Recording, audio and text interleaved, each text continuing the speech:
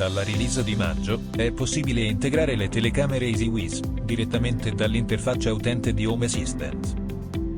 Dal menu laterale di Home Assistant, clicchiamo su Impostazioni, quindi su Integrazioni, e aggiungiamo l'integrazione EasyWiz.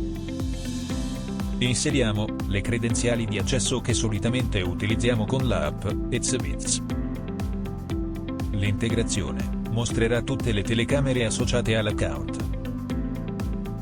Per ognuna di esse, clicchiamo su Configura, ed inseriamo la password presente sull'etichetta della telecamera. Fatto.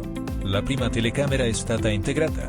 Non resta che eseguire la stessa procedura per ogni telecamera, ed inserire le telecamere nella nostra dashboard.